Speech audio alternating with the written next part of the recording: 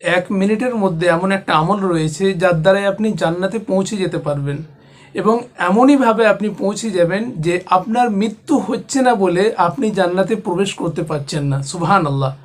ছোট্ট আমল এটা রয়েছে হাদিস শরীফের মধ্যে। আল্লাহ নবী সাল্লাল্লাহু আলাইহি ওয়াসাল্লাম বলেছেন, মান ক্বারাআ আয়াতাল কুরসি দুবরা কুল্লি সলাতিন মাকতুবাতিন। কোনো ব্যক্তি ফরজ নামাজ পর, অর্থাৎ আমরা যে 5 ওয়াক্ত নামাজ পড়ি, প্রত্যেক ফরজ নামাজের পর কেউ যদি আয়াতুল কুরসি একবার পড়ে নেয়, সে কি হবে? লাম ইয়ামনাউহু মিন দুখুলিল জান্নাতি ইল্লা আন ইয়ামুত। সে মৃত্যুবরণ করছে না বলে সে জান্নাতে পৌঁছতে পারছে না, অর্থাৎ মৃত্যু ব্যতীত তাকে কোনো ধরনের বাধা আর নাই তার জান্নাতে যাওয়ার জন্য। সুবহানাল্লাহ।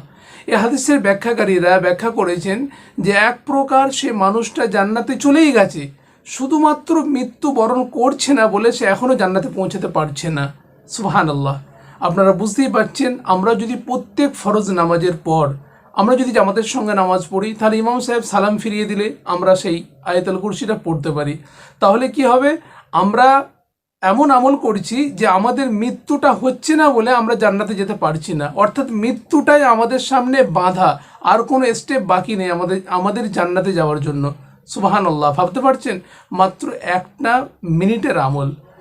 এবং আরেকটা হাদিস রয়েছে মুসলিম শরীফের মধ্যে, সেইখানে আল্লাহ নবী সাল্লাল্লাহু আলাইহি ওয়াসাল্লাম উবাই ইবনে কাবের হাতকে ধরে বললেন যে, উবাই ইবনে কাব, তুমি কি জানো যে সব থেকে গুরুত্বপূর্ণ এবং মর্যাদা সম্পন্ন আয়াত কোনটা?